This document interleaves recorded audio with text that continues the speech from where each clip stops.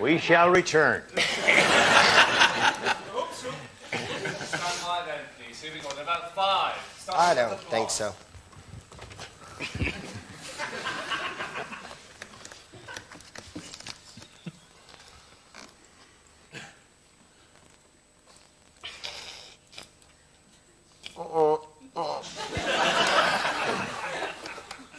Jesus Christ. Is that Glasgow tap water?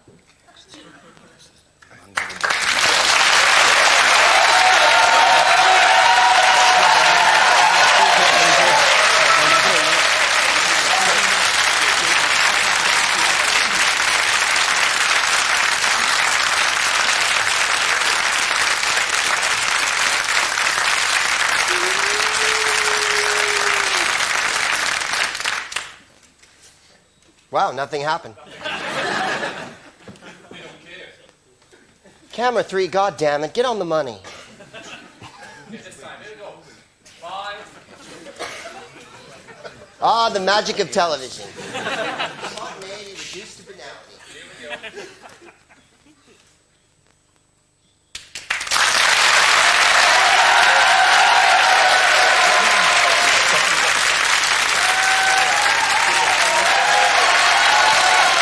Greetings, Space Cadets, and welcome to the science fiction quiz show that's set so far in the future, we know who's won already.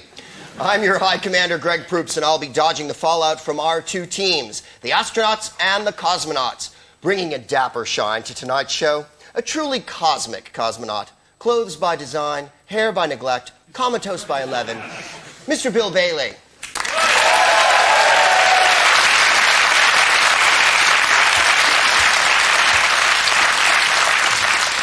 Feeding Bill Lines, a comic science fiction author who once said, "You can only do so much in half an hour and get laughs on a BBC budget." He's been on Channel 4 for 10 seconds, and already he's nostalgic. Red Dwarf's creator Rob Grant.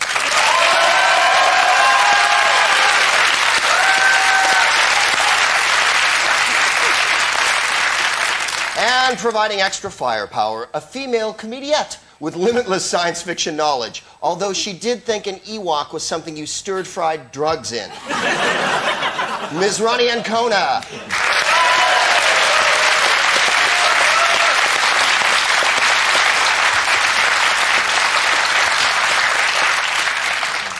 Focusing photon to focusing.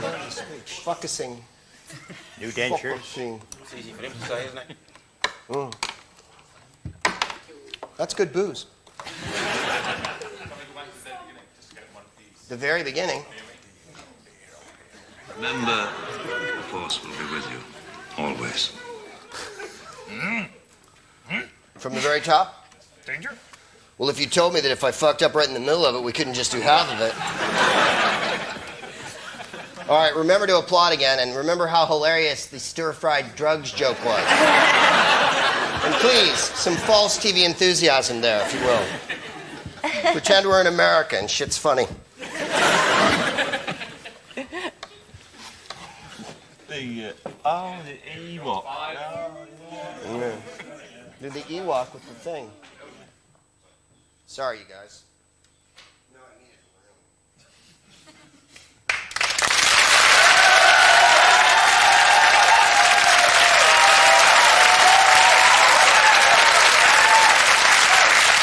Greetings, Space Cadets, and welcome to the science fiction quiz show that's set so far in the future, we know who's won already. I'm your High Commander, Greg Proops, and I'll be dodging the fallout from our two teams, the astronauts and the cosmonauts. Bringing a dapper shine to tonight's show, a truly cosmic cosmonaut, clothes by design, hair by neglect, comatose by 11, Bill Bailey.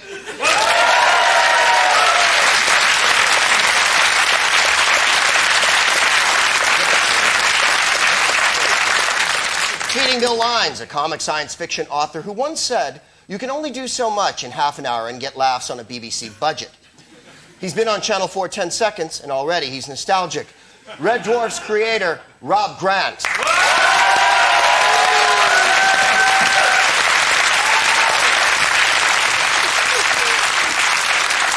And providing extra firepower, a female comedian with limitless science fiction knowledge. Although she did think an Ewok was something you stir-fried drugs in. Ronni Ancona.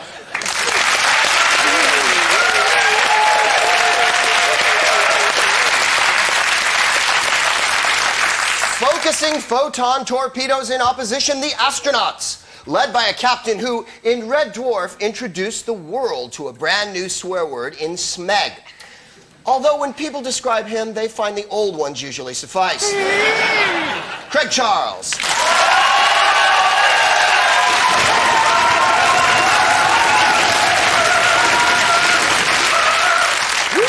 Acting as Craig's flight officer, a humanoid who made his name on the high melanin content comedy show, The Real McCoy. As well as wowing stand-up audiences, he's also an accomplished singer, prompting one reviewer to dub him a Black Michael Jackson. Mr. Felix Dexter.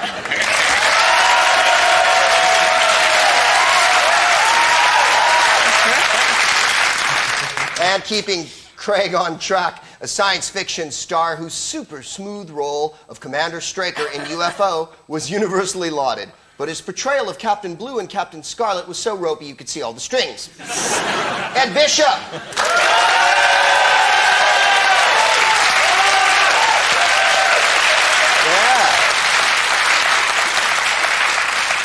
That's right, it's all good. Our initial test is simply titled First Contact. It's a full-beam science fiction trivia scan for each team individually. Although if their data response is insufficient, their opponents can zap in. Craig's astronauts, let us begin. You have 90 Earth seconds. What is rollerball in the film of the same name? Am I missing something here? Or is it a ball that rolls? Was it actually a cabaret act that could juggle his own testicles? Whoa. Is it James Caan's deodorant? No. It was the actual game itself, rollerball. You throw the ball into the thing, the whole, skate around and all that. That was the game. We were just joking. Captain Straker, I'm going to defer to your superior intelligence. Thank you. That is correct. Thank you very much. Thank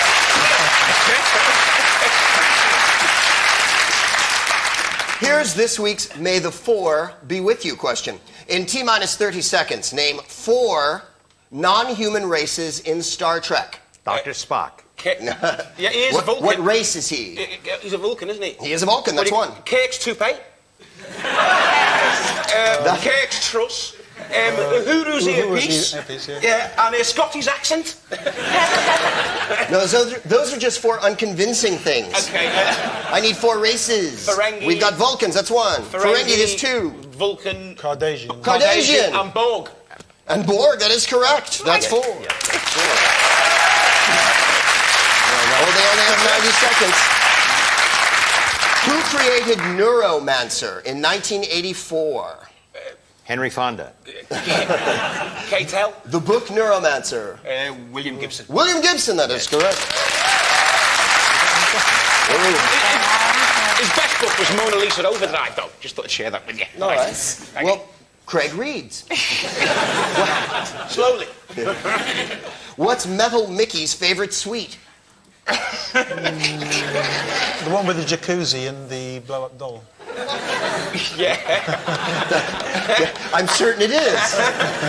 But it has another name. Rust preventer. Rusty Nuts. What was it? No. Rusty.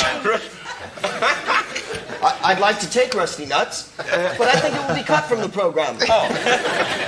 Anybody? No idea. Atomic Thunderbusters. As you do that. Of course, I knew that. Yeah, everybody knew that. on the- We were just playing dumb on that one. Where is this quote from? I'll be right here. The creature that couldn't be bothered moving. He was one of the Stolids. I'll be right here. I'll be right here. No, it was that guy Oates who went out into the South Pole. He said, I'm going out, I may be some time. And some wise guy said, I'll be right here. Oh, that's what the... The case of the first date chaperone. I'll give you a hint. It's from a rather popular movie. A very small character with a large head who befriended a young boy and flew across the moon on a bicycle. Do you need any more hints? E.T., that is correct. And now, boom! That signals the end of the time for the astronauts. And now the trivia scan goes cosmonaut. 90 seconds, cosmonauts. Here we go. In Star Wars, What are the Sand people also known as? Mr. and Mrs. Sand. And their daughter Quick.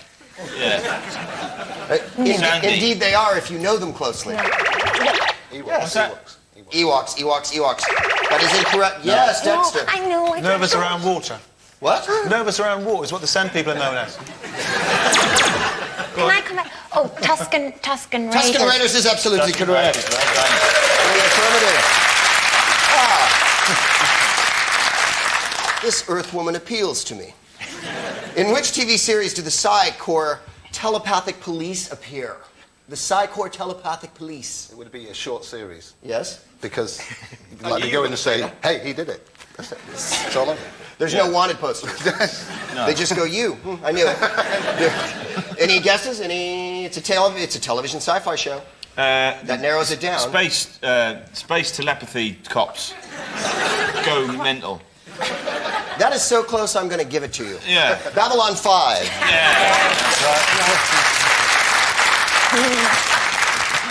Who designed the costumes for Luc Besson's The Fifth Element? Who designed... It's not that funny of a question.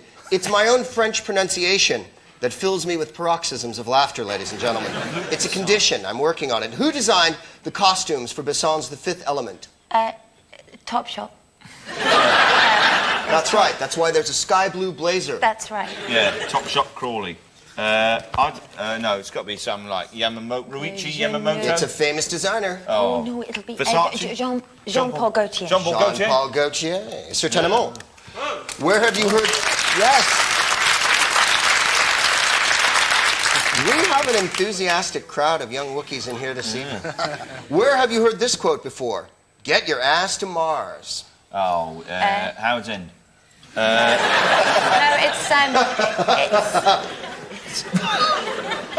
I enjoyed that one. It's Chewbacca's agent. Because he hasn't had much work down here lately. Because all the hairy roles go to Robin Williams now, don't they? Yeah. So get your ass to Mars. Go on, get your ass to Mars. There's lots of work for you there. I agree, but it's a Schwarzenegger picture. Total Recall. Total Recall, that is exactly correct. Yes, excellent. Now, cosmonauts, your May the Four be with you mission is to name 4 captains from Captain Scarlet. Captain Mannering. Captain. Captain Beige. Captain Black. That's one. Taupe. Captain Magenta. Captain Black, Captain Magenta, that's 2. Captain sort of off-white. Captain Blue. Captain Blue, that's 3. Scarlet. Oh, Captain. one more. Captain. We have Captain Black, Captain Blue, Fantastic. Captain Magenta. Captain Stupid. Captain Scarlet. Captain Scarlet, that is correct. Captain Scarlet. That's 4. Wow, they're like the Reservoir Dogs of the 70s, huh? How come I can't be Captain Black? Because everybody wants to be Captain Black. That ends our round of whatever we called it. You want to do the buzzer again? Yeah. That ends our round of whatever we called it. Hi.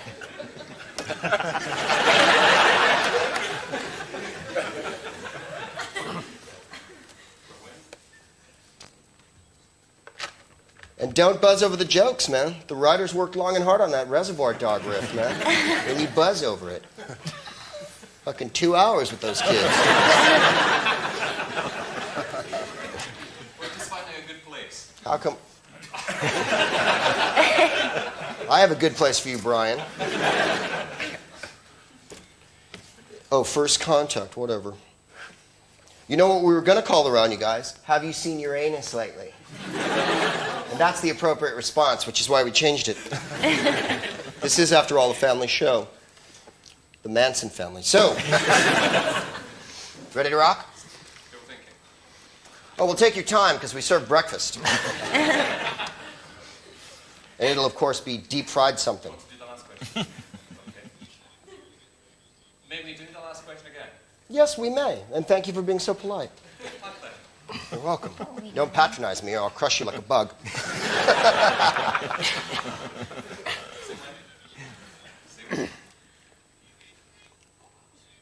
Be sure to get the top of my head and all my chins as I look at the monitor.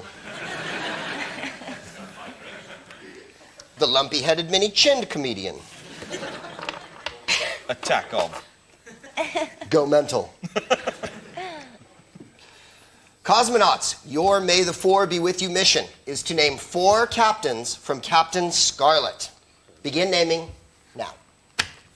Captain Brown, Captain Yellow, Polka dot. Captain Magenta. Captain Polka Dot. Captain. Captain Pilot. There's a Captain Magenta, that's one. Yes, Captain Blue, that's 2. Captain Rubber, Captain... Captain Brilliant, Captain... Captain. They're all colours. Captain Taupe. Yeah. Captain Toad. Captain Stone. Captain Blue, Captain Black. There's Black, yes. Scarlet. And Magenta. Scarlet, that's correct. That is 4. Captain Scarlet, Captain Blue, Captain Magenta, Captain Black. It is, and this sounds a bit weird, but there's a Captain Ochre as well. There is a Captain Shame, Ochre. Man. Ochre. Shame It's on not a you. very popular colour, is it? No. So there could be a Captain Taupe. Yeah. If this was the 90s, there'd be a Captain Bone. Yeah. It's a color. Well, that signals the end of that round. Let us move on swiftly. Many areas of science fiction are difficult to explain, such as whatever happened to Deep Space 8?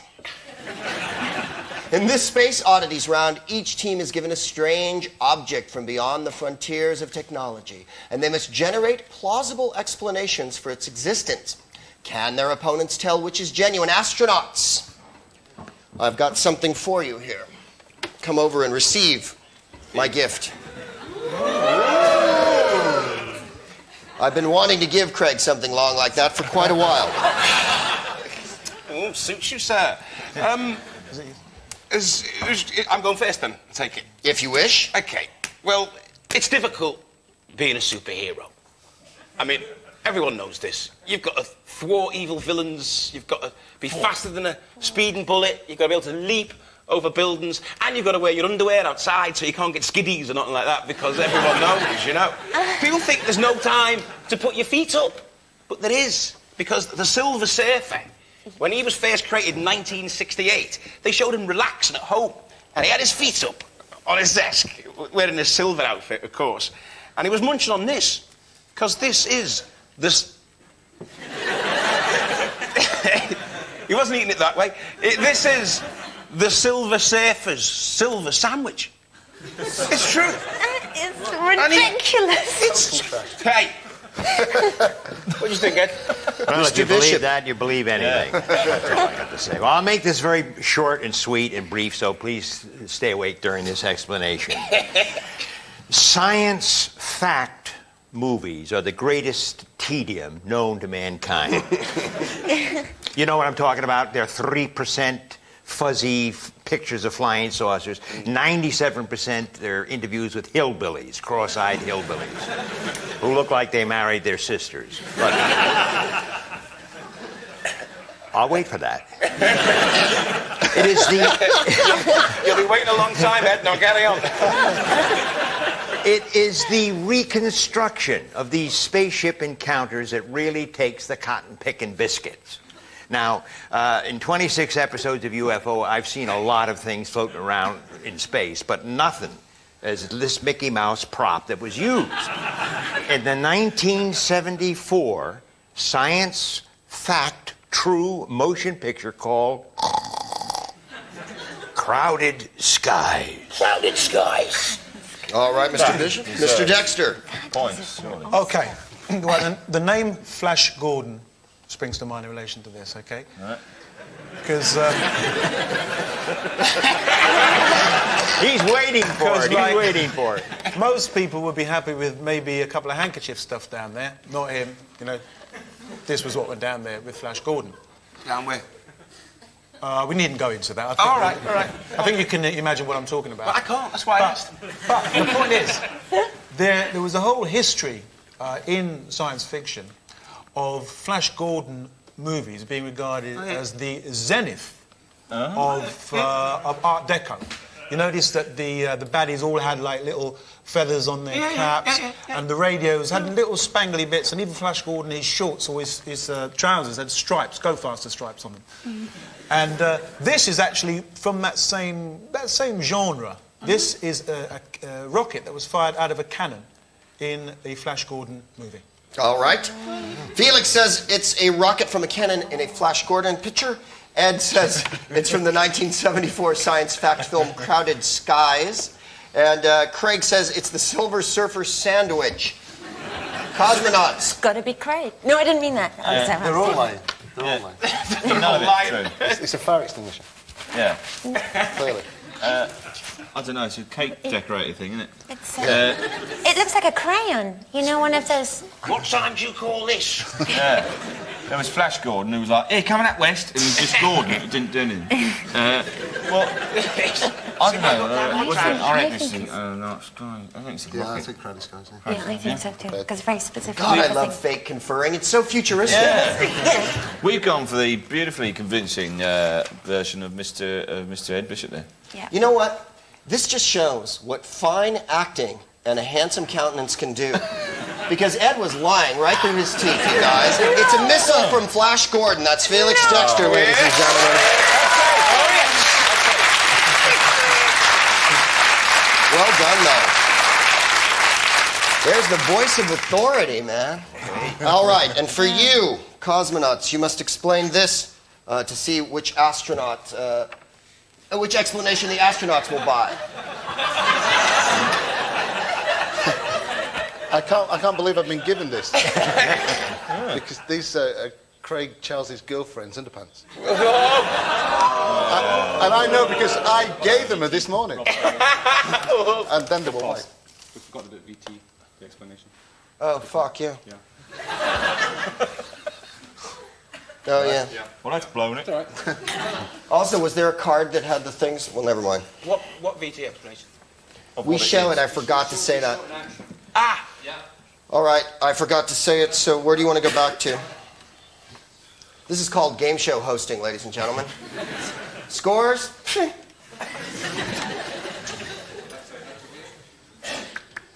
After their guess, I think. Yeah. All right, cosmonaut. You want me to read these off again? Yeah, yeah. Which one you start with? Good evening, Space Cadets. I'm your Most High Commander, Greg Proops. Our first captain brings a shine, in by 11 and out by... All right, cosmonauts. Felix says that it's a missile. Fuck me. I'm starting again. All right, cosmonauts, you have to choose. Felix says it's from Flash Gordon. Craig says it's the Silver Surfer sandwich. And Ed Bishop says that it was used in the 1974 science fact film Crowded Skies. Do you have a choice, cosmonauts? We reckon it's Felix. Yes. Yeah, Felix. We think it's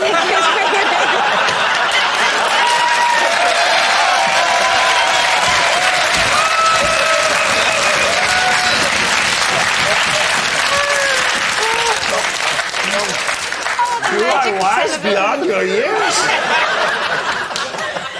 You're actually wrong because it was the Silver Surfer sandwich. You're right. Let's have a look and see what it was. Monitors, please. Let's have a look.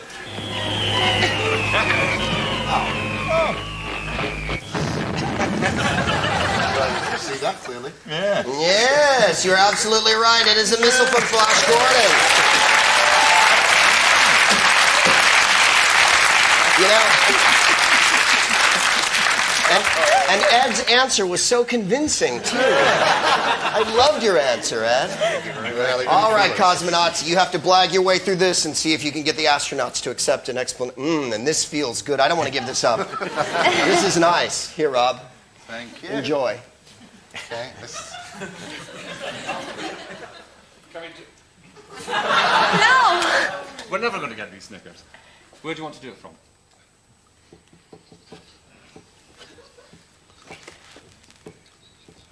Let's take a look what. Hi, welcome to the show. It's nice to be here in Scotland. Let's take a look at the VT. Okay. Please. Thank you. I am holding this between my knees. Well, you've made your selection, Felix. Oh, we're not starting yet. No. Okay, stand by. You've made your choice. Let's have a look at the clip.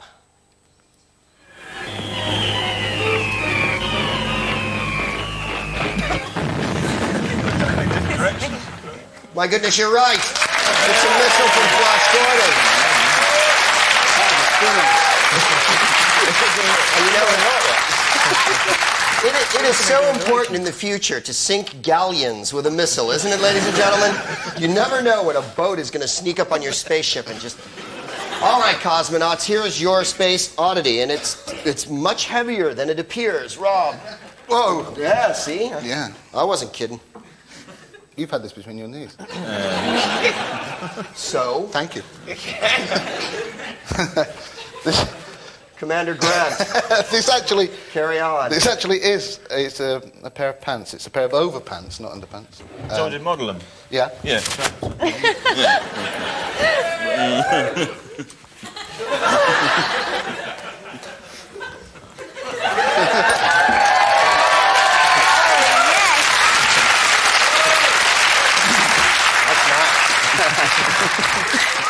That is really nice. Bill Bailey, even in space, he weighs a little bit.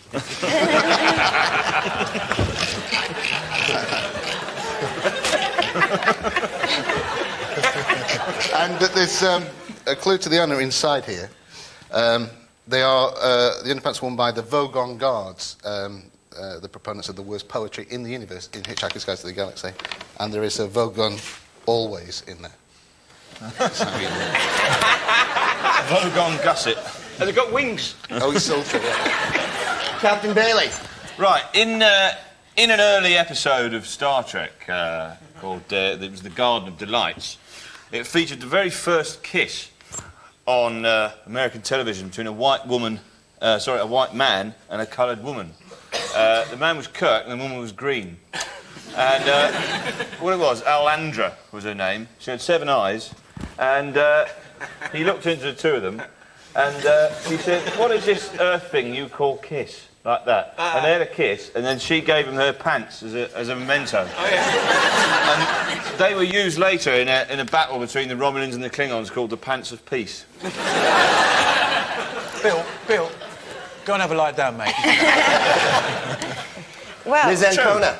right, well, they say that size doesn't matter, does it, really? It's what you do with it that counts. Yeah. But I have to say, if I meet someone who fits these, I don't care what he does with it. No, it's only Can I try them on? Can I try them on? These are actually the pants of a toddler, because these are the pants from the Disney science fantasy Honey, I Blew Up the Kids, with Rick Moranis as the professor, and he blows his toddler up into a giant. He blows up. I don't know why I say toddler. It's such a stupid word. You don't call old age pensioners stumblers, do you? You do. But this is what, and they, you don't. Yeah, you do. You don't.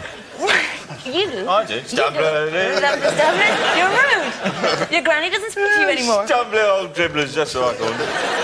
But, No, I don't. But basically, these are the pants of the young toddler who grew up into... Huge problem with you.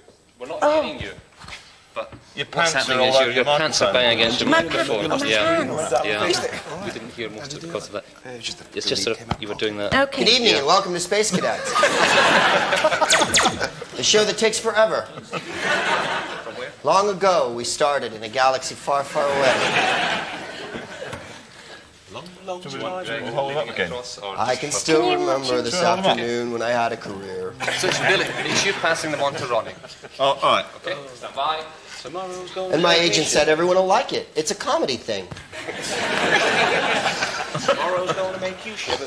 Bad news on the doorstep. Starting with Ronnie. It's on to Ronnie, from Bill to Ronnie, yeah? All right, Ms. Ancona. Thank you. And what a polite exchange. It was, wasn't it? Now, don't get paranoid, boys, because size doesn't matter. It's what you do with it that counts, right? These are the pants of a small toddler from, Honey, it's him. I can't. What? We're just bored, you know, just bored. Just damn He's right. not listening to my bored. explanation. I've never heard so much bluff in my life. Just pick it up again, Bill, again. Right.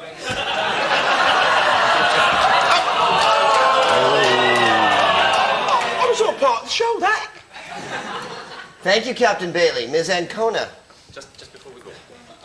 Just a bit lower as well. All because right, you're low picking up pants. your mouth. Low Fucking pants. Christ. Well, why don't I just hold him up like that and she just Yeah, and I points can at them? point. Go on, Pointing at pants. Stop, you know what I mean? It's a suggestion, I mean... I'll just hold them up like that.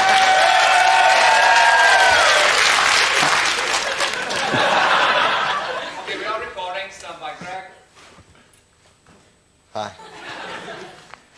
Well done, Captain Bailey. Ms. Ancona, an explanation from you, please.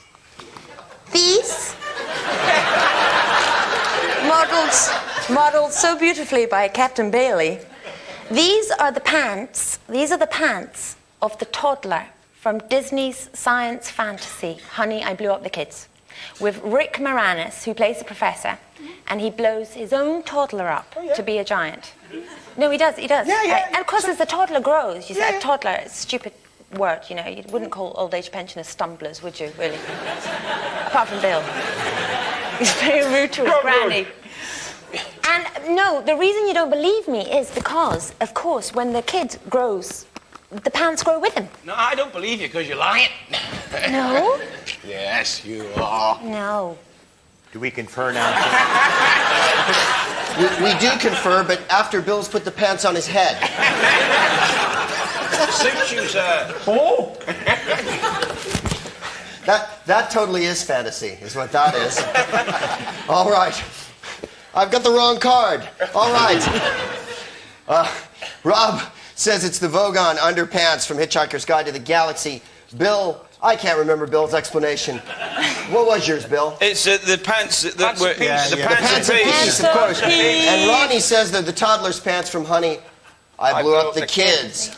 I believe them all. I think they're all. And you're telling like the truth. that. Astronauts, do you have a choice? I know. It's the Vogon god, big green thing, and he arrests people. You're And he going wears with the- big green underpants. You're going with Rob's explanation? Yeah, well, they're not underpants. You're right. They're actually overpants because they're perfectly in vision. All right, let's have a look.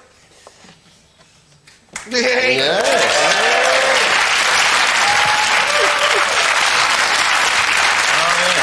We know our underpants, don't we? I know my undies. Oh, yeah. What a delightful photograph that was, too. Was that you under there? Yeah. Not a lot of people know I did a lot of Vogon work before we landed here. Do you sign a lot of autographs for Chris Evans? Yeah. And you know, I get the best tables in London. I really do. Good evening, Mr. Evans. I'm like, oh. Unless you were here the night before with Gaza, then you're screwed. Captain Charles, meet me on the punishment deck after the show. All right. Don't make me use the pain stick. But you can if you call me Barbara.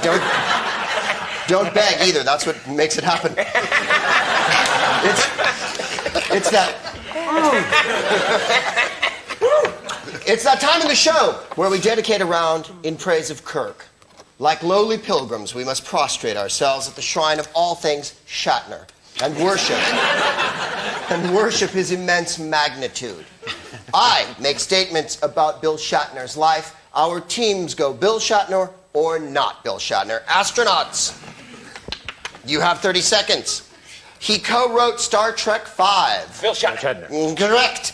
He was promoted to Admiral Kirk. Bill Shatner. Yes. He's worked as a Pan Am pilot.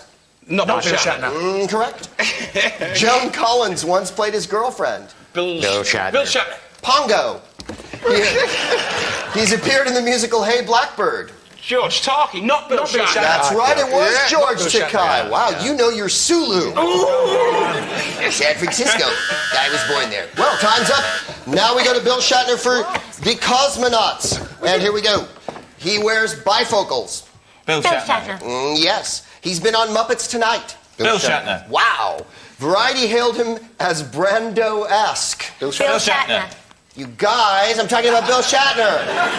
Not Bill Shatner. No. He described Kirk as, for the most part, me. Not Bill Shatner. Bill Shatner, Rob. We almost had a wrong answer coming off the end. He's a technophobe, or if you wish to pronounce it the way I was going to, a technophobie. Bill Shatner. Bill Shatner, that is correct. Yeah. Well done. Now, Hal. My name is Al, Greg. Yeah, whatever. Hal, can you tell us the scores, my computer friend? Quite thrilling, really. Astronauts 17, Cosmonauts 17. Wow.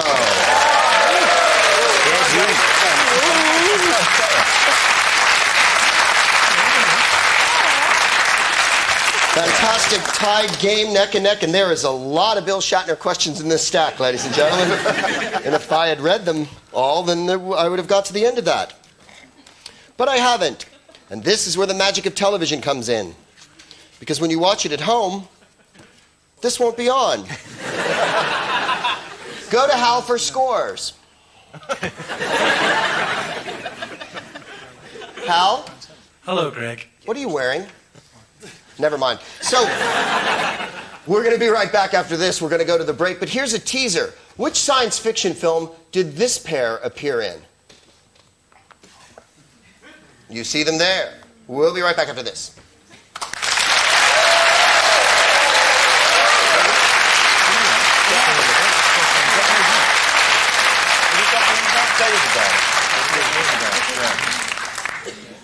That's a lot of Shatner. Hi, Sarah. How you going?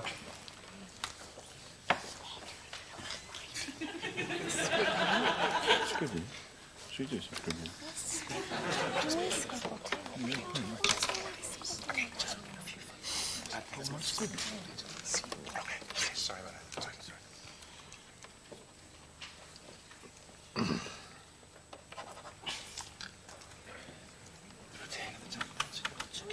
No, was that not Brando? He's a good actor, Bill. Different. Who are those guys? You guys in the uniforms, you see what you get? Career in comedy, and chicks spread stuff on your face.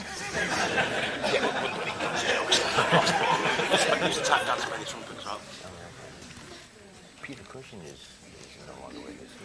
No, they're both dead, aren't they? That numbing cream is killer. My God, I can't feel my ears. And here's the lovely Claire.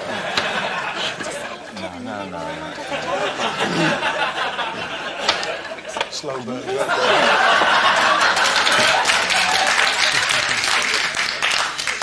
You want to do the break again? No. Oh. So it comes up and you're right. It's still again, that's what I'm saying, yeah. Yeah. So we come back, I'm going to come back, it's still again. Okay. And into the next step. Go away now, Brian.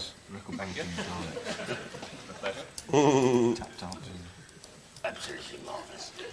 Marvelous, darling. She's a marvelous makeup person. Doesn't come off, though, you know. I don't know why you're rubbing it off with that cream. It doesn't come off. We just see. Good God, sir. There's one thing I enjoy. Hell of a way to make a living, isn't it? Call this living? Think about it. It's difficult to call it a living when you're dying on your ass.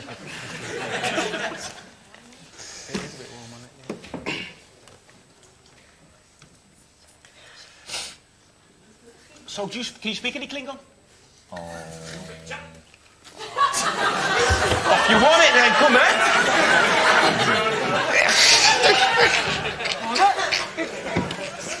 What was that? I think that was past participle, that, wasn't it? That's... We are the Klingon boys. Klingon Emperor, we love you. You're going to get your human head kicked in. Do you guys ever go to football dressed like that? You should go and see Rangers dressed like that. Wow, yeah. Don't gild the lily. That's it. That minoxidil was brilliant, isn't it? Lovely. Lovely. Okay.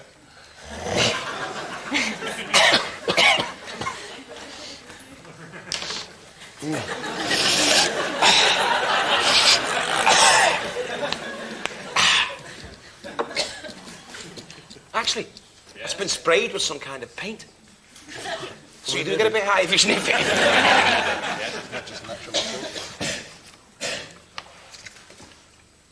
That was Klingon just there. The Doctor Who band is it's only 1:45 now, so it'll be quite much pacier. What's happening? What's that? Just the Doctor Who Am I is going to be at 1:45. It's going to be much pacier than it was. So you hope? Doctor Who am I? Yeah. Okay. All Shall right. we go? Shall we do it? Yeah. Shall we press on? No, let's just get pizza and fuck Let's around. press on. Silly question. Let's just do lines and stay up bullshitting all night. Oh, you've gone right up to the top. Yeah. Yeah. Stand by. Here we go. 5. 4. Thunderbirds are go.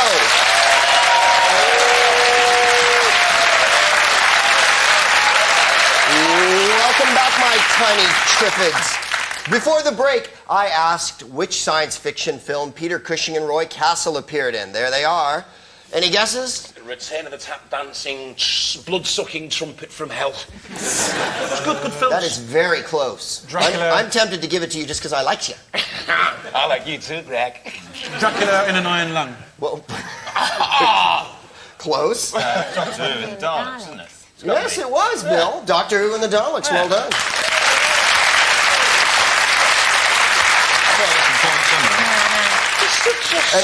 It's on every week. Does that movie? Yeah. Well, for those of you at home who knew, it's on every week. My knock's on the power cables. This next round's origins lie in a party game, or so those who go to parties tell me. It's labeled Doctor Who Am I? Select recruits from each contingent will be replicated in a new, more terrifying frame. They may ask questions to determine what they've become, what traits or characteristics they've taken on, but under no circumstances can TV shows or films be mentioned by name. Otherwise, you know where you're going. The punishment deck. Their co-travelers can helpfully respond affirmative or negative. From the cosmonauts, Mr. Bailey, will you stand up and assume the morphing position? I obey. That's Bill Bailey, that. Come on. It's Bill Bailey, then. Right.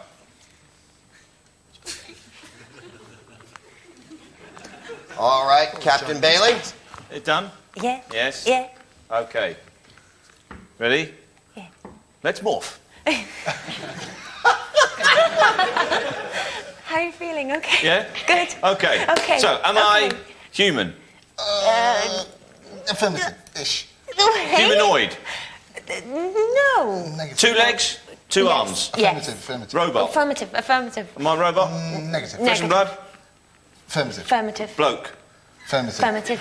Oh, it must... No. Right. Am I in a science fiction film? Is it a film? Affirmative. Affirmative. And a TV series? Negative. No, just a film. Affirmative. Right. Am I French? Negative. If I went to a disco, would I get pulled?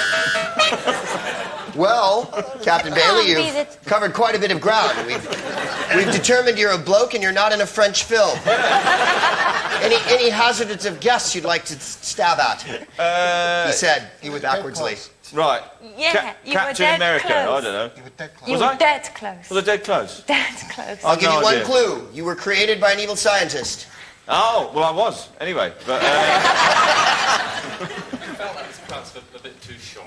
yeah, give us a chance. Well, who was the I one who loads of came over and questions. said it's going to be a little pacey this time? It was so low last time. It's going to be a bit pacey.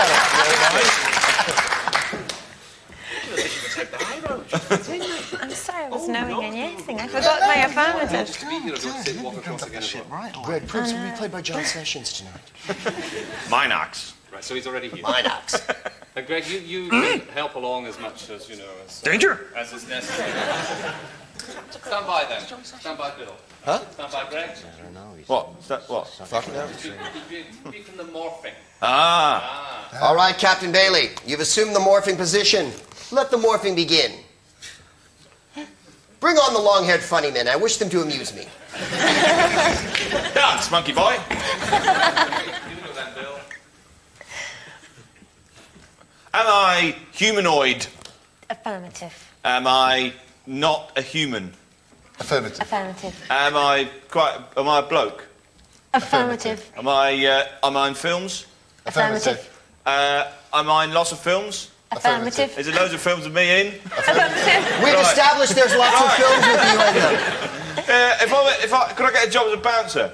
Affirmative. Right. Do I go a lot like that a lot? Affirmative. Like that. Right. Am I Frankenstein? Affirmative. Negative. No. Oh. What? What? What? Am I Frankenstein's monster? Yeah. Yes, very well done. That's right, Bill. You know, you tried to slip one in there, but Rob does a bit of writing. Oh, yeah. It's a common error, Greg. That's right. Moby Pick Dick me is up the on that. whale, as we all know, and Frankenstein is the doctor, and you were indeed Frankenstein's monster. I was too Nitpicking, excited. isn't it? It's nitpicking. Nitpicky, but this is a science show. Look at my pen of the future. All right. Doctor Who Am I? Time for you, Captain Craig Charles. Stand up and assume the morphing posture, won't you? While your teammates, Ed and Felix, view the screen to see what delightful concoction our Imagineers have constructed for you today. And if it doesn't come up on the screen soon, I will continue blathering. You blather well, love, you blather well. Here we go. Begin. Absolutely marvellous. Am I in films? Affirmative. 60s? Negative. 70s? Affirmative. 80s? Yes, affirmative. Am I in lots of different films then? No. No. Negative. Am I a human? Negative. I'm an alien. Affirmative. Am I? Have I got 2 legs and 2 arms? Affirmative. Am I made of flesh and blood? Negative. So I'm a robot. Affirmative. I'm a robot. Am I Affirmative. R2D2? Yes. Am I Negative, you're not R2D2. I'm not R2D2. Am I Robocop? Negative. I'm a robot and I'm in from the 80s. You're very You were fond warned of. before. You were warned before. You're very fond of R2D2. Crichton. C3PO.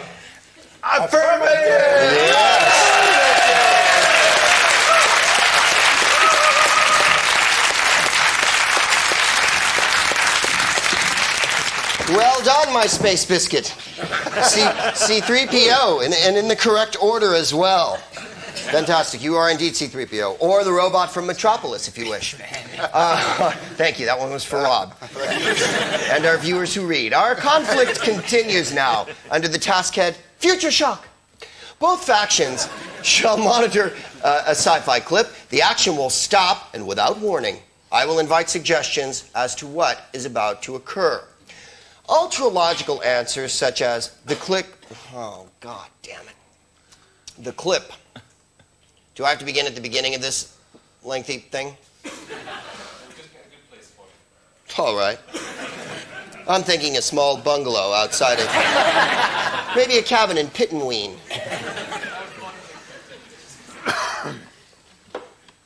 Right. Get your stinking paws off me, you damn dirty ape. Where's Pittenweem? It's on the coast. Thank you. Well, I'll do what I like then, won't I? Our conflict continues. Now, let me start again and make it a sentence. It's getting late. Yeah, it is. I know it's late. I know you're weary. I know your plans don't include me.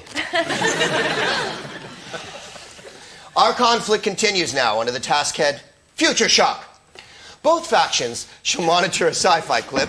The action will stop without warning, and I will invite suggestions as to what is about to occur. Ultra-logical answers such as the clip starts up again shall be dealt with appropriately on the punishment deck. Astronauts, for you, the punishment deck has come early in the shape of a clip from space 1999. Let's look. But I never knew you were shy before. I do love your makeup. And your sideburns. Yeah, wish I brought me skis. That's a cleavage you can ski down. She's the last of her species. I'm not surprised. Tell me, how do you manage to keep so fit up here? Boy, she is mad. Yeah, I know this. You see, she wiggles her nose like that. and she turns into a frog, and the frog says, "Pick me up," to the fella, and the fella picks her up, and the frog says, "Kiss me. If you kiss me, I'll turn into a beautiful princess." And Craig, he says, this isn't fairy tale cadets.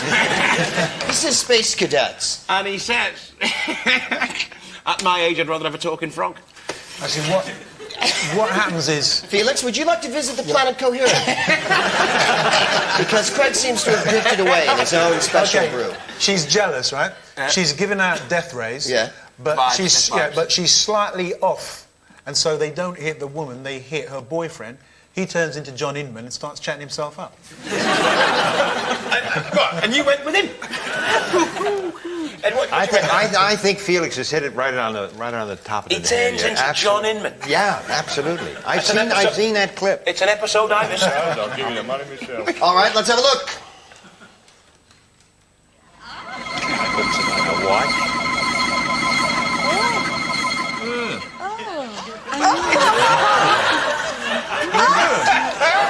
It's very frog-like.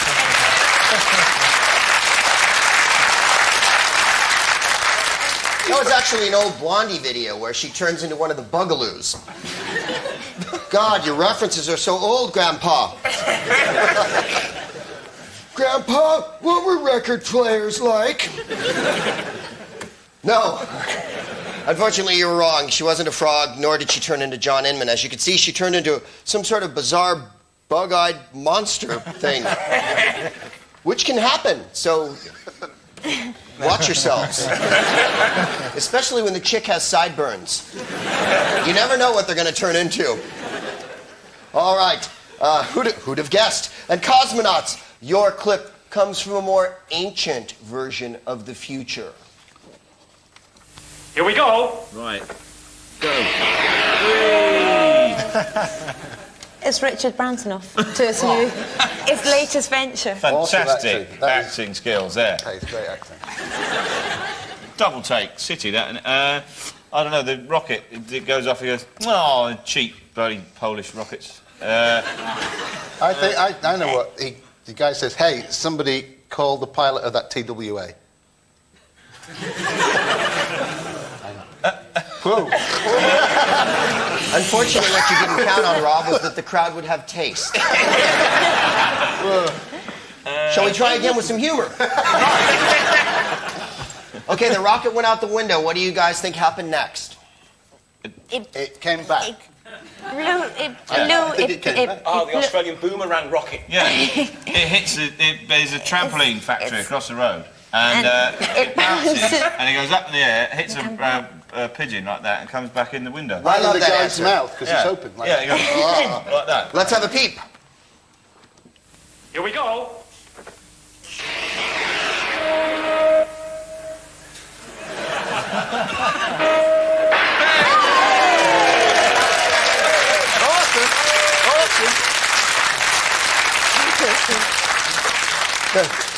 How did you know that? I'm a writer. You're a writer and you would have written that? Oh, yeah. The rocket goes out the window, the rocket comes back in the window. What else could happen? Yeah, all right. So many imaginative things. Like the rocket goes into space.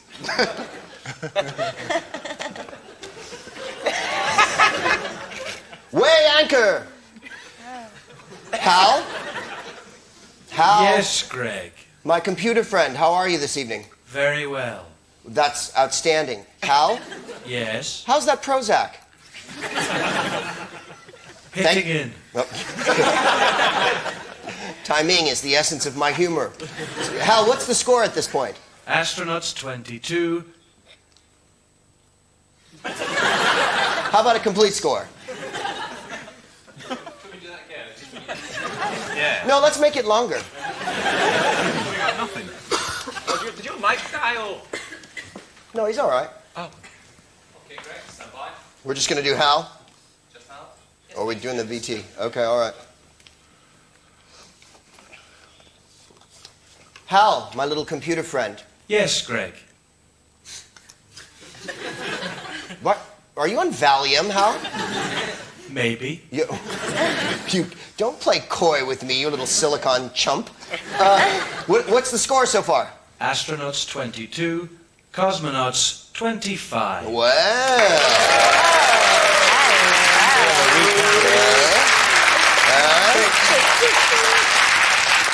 You better kick it, my little space bunnies. There isn't much time left.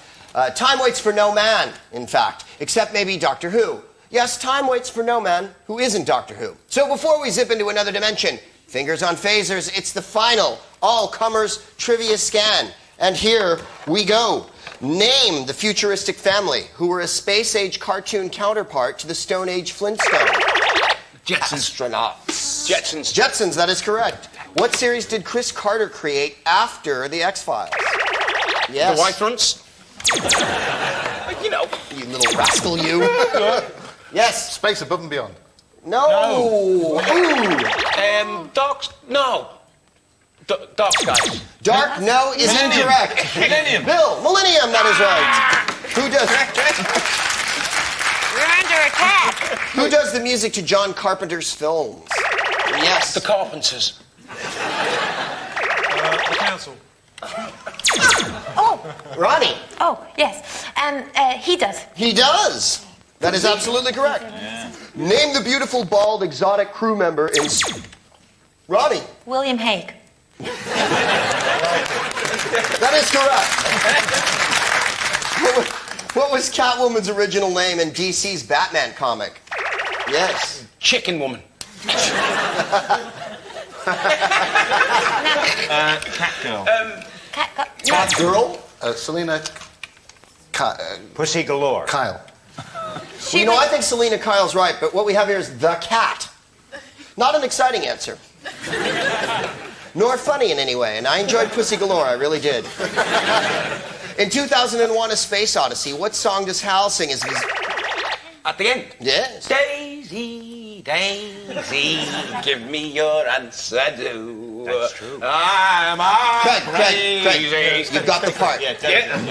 You're here, you're cast. In the 1976 show, what could the Gemini Man only do for 15 minutes a day? Yes. Crosswords. Sorry? Crosswords. Crosswords. No, he could be only invisible. That is correct, Ronni. How did the Gemini Man make himself invisible? Ronni. He solved the big issue. No, he didn't. He didn't.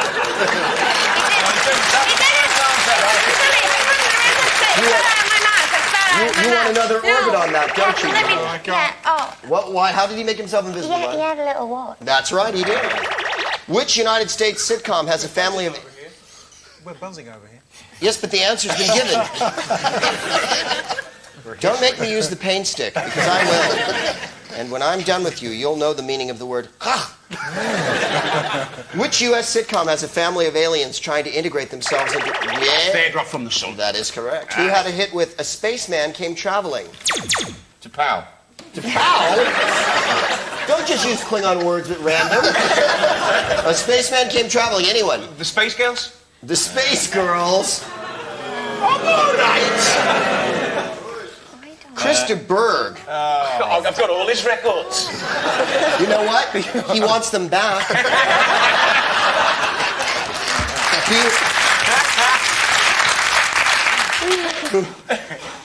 Who played He-Man in the 1987 film?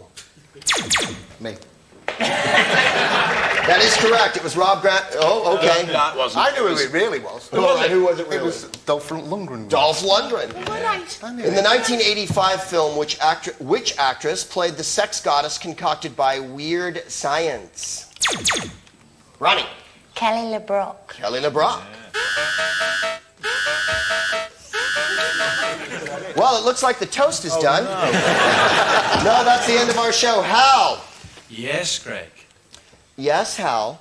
Could you tell us the final scores? Astronauts 25, cosmonauts 32. Oh, my goodness. Well done.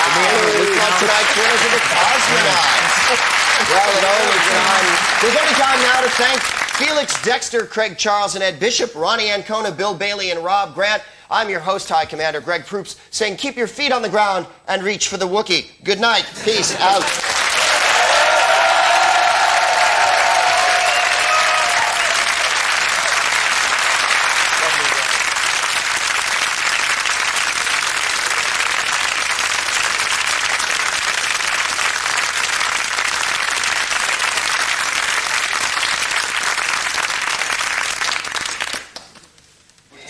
Very quick check, everyone, if we may. Good work, Commander. Yeah, now we shoot. Excellent run through, everybody.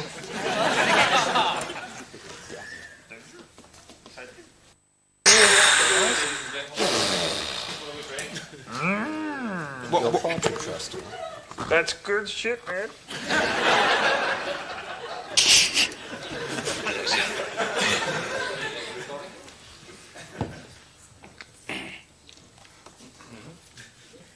Okay, Greg, next. Yeah. Stand by then. Yeah. Stand by, Greg. Here we go.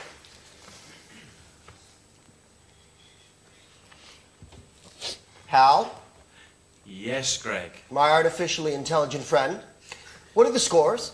The scores are astronauts 12, cosmonauts 13. Well.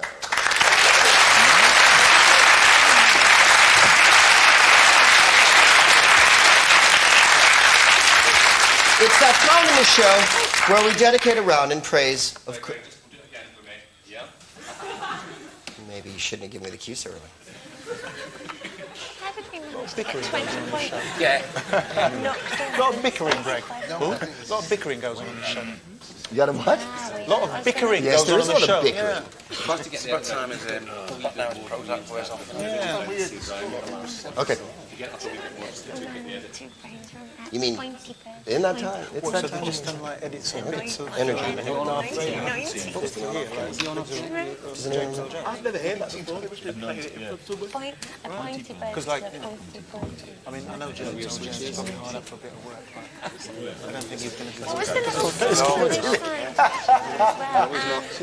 Oh, Hal. Right. Sorry about that. Just tomorrow, and then we But I don't remember it. Hey, Greg, what was the joke, man? He couldn't pronounce it.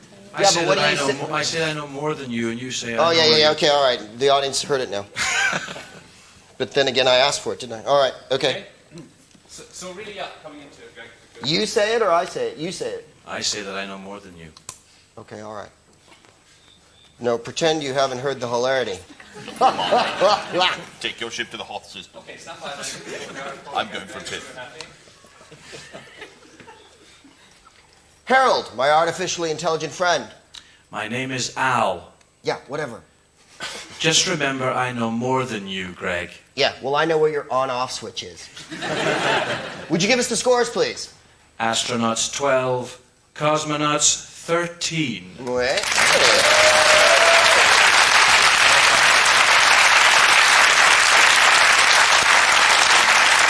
It is now that time in the show where we dedicate a round in praise of Kirk.